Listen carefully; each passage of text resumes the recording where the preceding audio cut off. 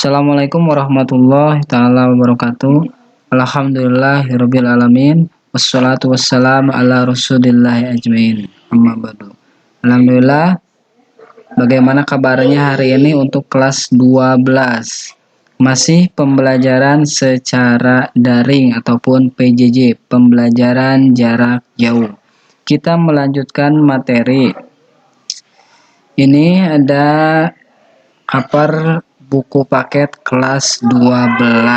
Ya, materinya masih tentang hak asasi manusia dan pembahasannya lebih mendetail atau lebih menjauh tentang hak dan kewajiban warga negara. Nanti di slide berikutnya akan ada video. Amati video berikut ini. HAM adalah kependekan dari hak asasi manusia. Adapun beberapa pengertian dari HAM, antara lain, yang pertama adalah hak dasar yang melekat dan dimiliki setiap manusia sebagai anugerah Tuhan Yang Maha Esa. Yang kedua, hak-hak dasar yang dibawa manusia sejak lahir yang melekat pada esensinya sebagai anugerah Allah Subhanahu wa Ta'ala oleh Mustafa Kemal Pasha. Yang ketiga adalah hak-hak dasar yang dibawa manusia sejak lahir dan melekat dengan potensinya sebagai makhluk dan wakil Tuhan oleh Ghazali. Yang keempat adalah hak-hak dasar yang dibawa manusia sejak ia hidup yang melekat pada esensinya sebagai anugerah Allah Subhanahu wa Ta'ala.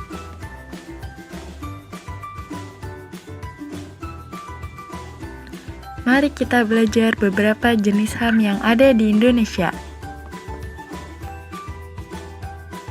Hai, perkenalkan, ini adalah Tony. Tony akan menemanimu menjelajahi dunia HAM. Akan diceritakan kehidupan Tony yang tidak lepas dari HAM.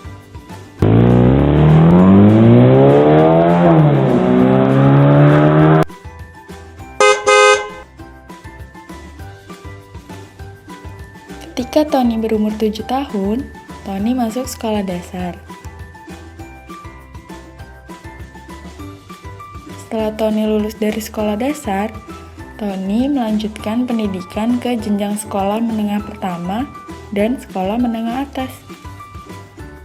Selama Tony bersekolah dari sekolah dasar sampai sekolah menengah atas, Tony sudah mendapatkan hak untuk memperoleh pendidikan. Kemudian, ketika Tony di SMA dan umurnya sudah 17 tahun, Tony mendapatkan hak untuk memilih dan dipilih.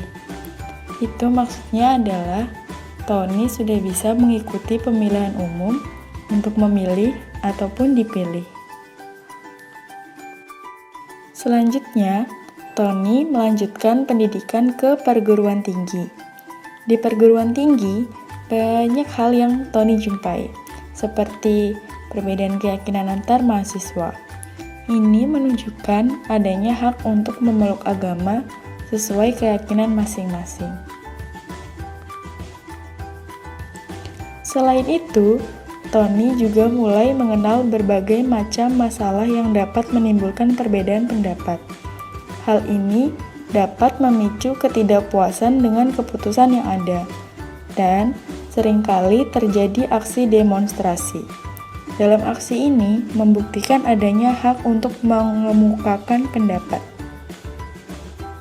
Setelah Tony menempuh pendidikan di perguruan tinggi, tahap selanjutnya adalah mencari pekerjaan.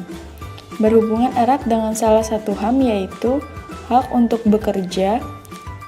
Umur 24 tahun, sudah mendapatkan pekerjaan tetap dan mempunyai seorang pendamping untuk dijadikan istri. Hak yang didapatkan oleh Tony dan pasangannya adalah hak untuk berkeluarga dan melanjutkan keturunan. Setelah berkeluarga, hak baru untuk istri yaitu hak untuk melanjutkan keturunan, menanggung HAM untuk hidup atas anak yang dikandungnya sampai anak tersebut lahir. Kesimpulannya, hak asasi manusia selalu melekat dalam tahapan setiap kehidupan.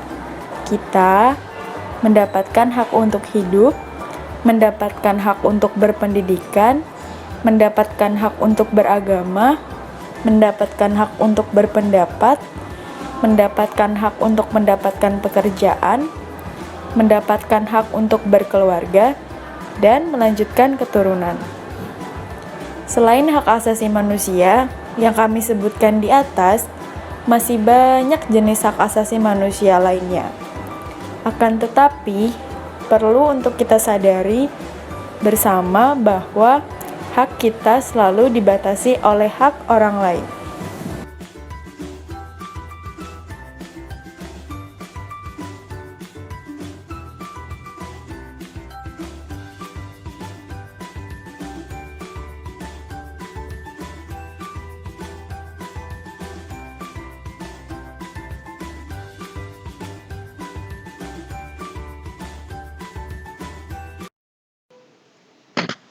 Ya, setelah siswa mengamati video dari slide tadi ataupun mencari dengan media yang lain atau browsing internet tentang kewajiban warga negara dalam Pancasila, lalu nanti siswa harus bisa mengidentifikasi dan menganalisa hak dan kewajiban sebagai warga negara terkait dengan sila-sila Pancasila untuk kelas 12.